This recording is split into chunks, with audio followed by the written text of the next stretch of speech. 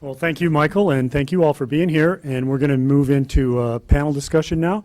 As we think about these things and you think about the daily travels that we do, the Washtenaw Area Transportation Studies found that about 68,000 people come into Ann Arbor every day to go to work from somewhere else in an automobile and then leave again. Of course, there's thousands more using transit, but it's an interesting large number. I have a couple of questions. One is about the bike share program, and as a parent and a grandparent, seeing people get on bicycles and riding them, particularly one of the shots had a picture of a woman who had a child carrier behind. Nobody is wearing helmets. And to me, that is just a major, major issue. Are people going to carry their helmets in their backpacks and go pick up the bike and go from point A to point B? So that's of concern to me. And that's not really a question, it's just really a comment. And I don't know if there's anything at all that can be done about that situation, other than people carry their own their own helmets. Well, I'll address that. And that is kind of an issue that comes up in every single community in terms of bike sharing coming in. So how do you address the helmet issue? And a few systems have put up some kiosks with helmets in them, but you can imagine the kind of sanitary issues and also helmet fitting issues that go along with that. And so the way most programs have addressed this is that annual members really are given a discount and encouraged to wear helmets. And so there may be a way for them to be encouraged more so to ride with a helmet. But one of the things we know in terms of safety is that although helmets obviously are really good, one of the safest things we can do for bicyclists is actually to get more bicyclists out on the road. And there are less crashes when there are more bicyclists out there. And there's a lot of data to support that. So the more bicyclists that we have out there on bike share bikes and bicycling in the community on their own personal bikes, the safer the community will be for them. So, it's not a perfect answer, but I think it's how most communities have been addressing this. It's at least been considered. Yep. And the other one the comment that I have has to do with the pedestrian crosswalks. I've seen lots of issues with those. Someone's riding on my tail in a car, and I see there's a pedestrian about ready to walk out. I'm ready to put on my brake to stop, and I'm going to be rear-ended if I do. And I know that's been a concern for a lot of people, and I don't know what to, if they're flashing lights, then people behind can see the flashing lights even though they can't see the pedestrian, and they're prepared to stop.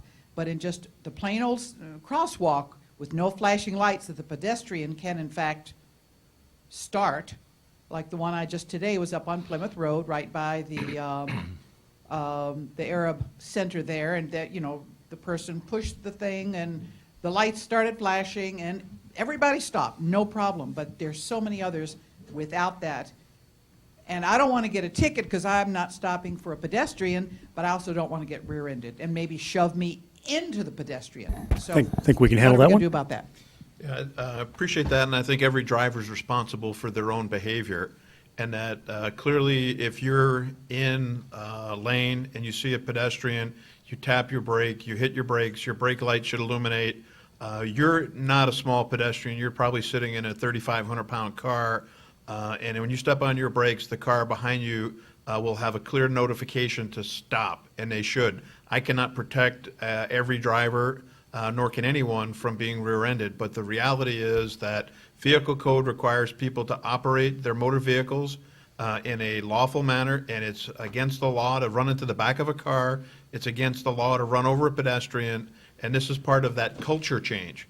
The higher speed roadways, I think the city, we agree with you. That's why some of the new techniques, the hawk and the flashing beacons, are being very helpful in communicating to drivers to be more vigilant or aware of pedestrians, but the individual choice.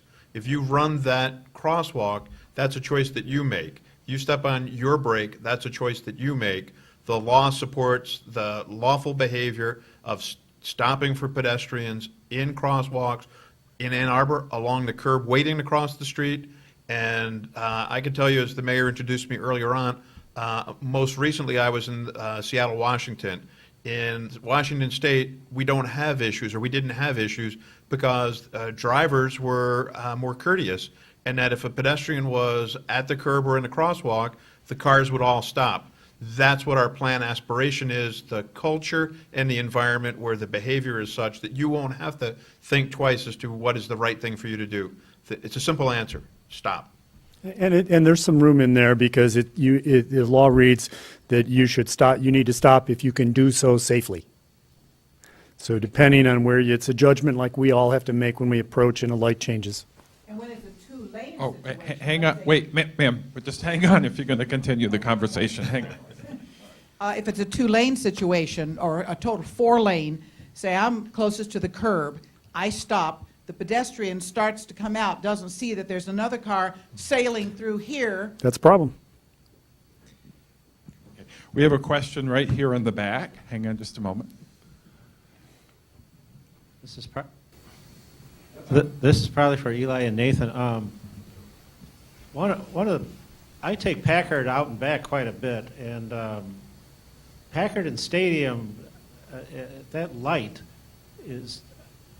I noticed tonight it was 17 seconds. Now that's pretty. It's just tough for traffic to get through there. Is there going to be some traffic light? Synchronize, I don't know how to, synchronize the traffic lights. I think, to me, that's a big, and that also affects bicyclists too, and pedestrians, because 17 seconds to get across Packard at Stadium is really tough. So, and also on Washtenaw too, the rush hour, getting east out of town, almost all year round is pretty bad too. So maybe if you could, Eli and Nathan. With respect to traffic signal timing, some of our signals are the most advanced in the world. We have real-time traffic adaptive signals, meaning that they respond to the actual traffic measured in the streets. I'm going to take your question back to our traffic engineers and see if there's something that's gone afoul with the system at that specific intersection. If there's too much volume, that's a separate issue, but if it's taking too long, there may be some kind of malfunction in the system. Yeah, over the last several years, we've used federal congestion mitigation funds to purchase some of the most sophisticated synchronize, and whatever you want to put it, systems that'll synchronize our lights. So there's adjustments that can be made, and we'll bring that up to them. And I could just speak quickly to East of 23. MDOT got a CMAQ grant, which is the grant he just mentioned, to due to the signals east of 23 along Washtenaw, which what Ann Arbor already has, which is the real-time traffic feedback. They're going to add cameras so that during rush hour, as the conditions change, the central office can actually change the timing of the lights on the fly. And that will be done, I think, either this year or next by MDOT east of 23. Okay, we have a question right here. How are you going to make it safer to walk to school? Well, Go ahead, I'll help. thanks, John. We'll make it safer to walk to school by encouraging more people to walk to school together, by providing sidewalks for you and your classmates to walk on, for making sure that our crosswalks are properly marked and that they have good lighting so the drivers can see you. So the more that we can do to give you a good system, good sidewalks and good crosswalks, so you feel safe and that you can be seen. But you too have a responsibility. Always look both ways before you cross. Wear light-colored clothing, especially in the morning during the winter when it's dark, and always be careful. I can add just a little bit to that too, just before you jump in. One of the things that all the schools should be working on is Safe Routes to School grants. So I think you're going into Clague next year, and Clague Middle School just got a Safe Routes to School grant for $180,000. $172,000 of that was to add sidewalks around Clague, and $8,000 of that was to work on encouraging kids to bike and walk to school. And getting the kids kind of excited about that. So one of the things you can do as a kid is to say to your classmates, you should consider this, but also, for your friends that are going to different schools, encouraging them to say, to their teachers, hey, how come we didn't get any investments around here? Has anybody thought about a Safe Routes to School grant? So that's something that's really school-led and has to happen at an individual school level. Unfortunately, backlinks on top of it, but not every school in the system is. That was a great question, because one of the things that's happening in our community is as the schools have been financially pressured, they are cutting back on bus routes to the near school neighborhoods.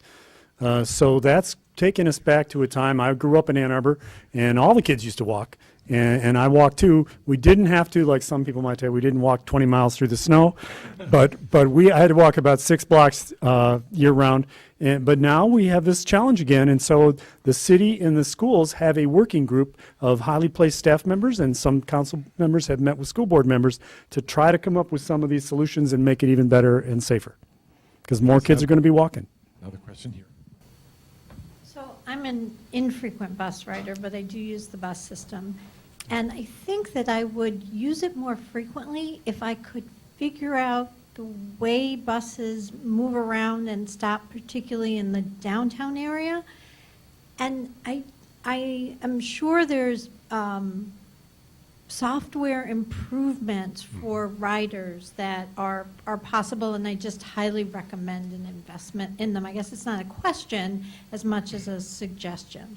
Because I think I will say it's been amazing. My neighborhood was iced in, and I had a car from AATA come pick me up because I was on the first bus route, and the buses weren't going to safely come that far in my neighborhood. So coming from New York City, it's a pretty amazing transportation system here in a different way. But again, if I knew the system better, I would ride it more frequently. Okay, thank you for that. I realize it's not a question, but let me just say that we're working on it. In fact, a solution is imminent. We're about to unveil our new website, which will be accompanied by a mobile component. And in that, you'll be able to pull up a map of whatever route you want to look at and see the buses in real time, so you'll know where the routes go, when the next bus is going to come, and it's going to be all, like I said, very real time. And so that should help navigate throughout the system. I just want to add a couple of things to what the mayor said about rail. Amtrak has taken over the maintenance of the lines through here from Norfolk Southern. Today, for the first time, I saw an Amtrak truck and crew doing maintenance work in the yard near North Main Street. And also in that yard, there are presently 8 privately owned railroad cars, 2 from Charter Corporation, which wines and dines their customers in the auto industry there, in luxury cars. But there are also 6 cars from an organization which is going to be doing weekend trips to Chicago, leaving Fridays at 4 and arriving back Sunday early evening. This is in addition to Amtrak, using Amtrak locomotives and some crew members. So it's really exciting. Also, as far as the flashing beacons in the for pedestrian crossings, I live out off Plymouth Road. I travel that road a lot, and those beacons have been wonderful, a great help, especially when you get early evening, around dusk, to see that people want to cross. One of the nice things about it is when you, as a pedestrian, push the button, that beacon comes on right away. You don't have to wait a couple minutes for the signal to cycle through as you do at regular stoplights. So people use them. And the cars do stop. They do have warning. And I remember when the 2 young women were killed trying to cross the road, I think it was around 7 or 8 at night in the winter by the Islamic Center. They were both hit by a pickup truck. 8 or 9 years ago? Is it that long? I think it probably was. Anyway, it's just really a great investment at a reasonable price for what you're getting, and I'd like to see that expanded to other roads of a similar nature to Plymouth. Thank you. Thank you. And we'll have a question here, and then I think that's just about all the time for questions, but we'll take these 2. I'm a frequent bus rider, and one of the things that I would like to, information I'd like to have is where the actual bus stops are on a route. And I was thinking that, like on your bus maps on the web and the printed ones, if you could just put a little dot, I think the maps would still be comprehensible. That's the other thing, as part of this process, or this project that I just told you about, within the next couple of weeks, we're going to be unveiling our new website, and instead of those things that we use in our timetables now are called time points, and it's not all the bus routes, it's just specific time points, and that helps make the schedules compact. But on the website, what we're going to be able to do is you can click on those, and they'll expand to every single route on the, or bus stop on the route. So that is literally weeks away. I have a number of questions, but I'll just choose two of them, and then I also wonder how I can address the other questions to doing with both bus and biking, which is how I mostly get around. But with biking, if the road has the lines across it, is that a place where cars have to stop? There's no signs, but there are the crosswalk things on it, painted on it. Like there's one on Division right at Ann, I believe, and cars do not stop there. That is a marked crosswalk, Okay. and by law, they should be stopping there. Okay, thank you. And then, are bikes included with pedestrians for those kind of crosswalks, or do we have to get off the bike to be a pedestrian for that? That's a very good question, and I think what the mayor had said earlier in terms of the drivers are not expected to stop suddenly. For bicyclists, my suggestion is, first in response to your question, treated as pedestrians in crosswalks, but bicyclists shouldn't approach a crosswalk at 15, 12 miles an hour and expect that motorists are just going to stop and yield the right of way. I think this is where a little common sense goes a long way to creating that safe crossing for the cyclists. But they are categorized as an appropriate pedestrian user within that crosswalk environment. Okay, that's what I usually do. I approach it, get off the bike, and then sort of push the front bike wheel out a little bit and wave my hand. Sometimes they stop. Hopefully, within the next 5 years, when we revisit the plan, that we will go further in changing the culture, and you won't have to stop and wave, that the drivers will actually stop for you. Okay. And more questions like that, where should I address them both in? I'll give you my business card. Thank you. Okay, and I think that's just about all the time we have for the questions. Well, thank you very much for the use of the library for this. It's been spectacular, and again, thank you for everyone that came, and to everyone that came to all of our sustainability forums.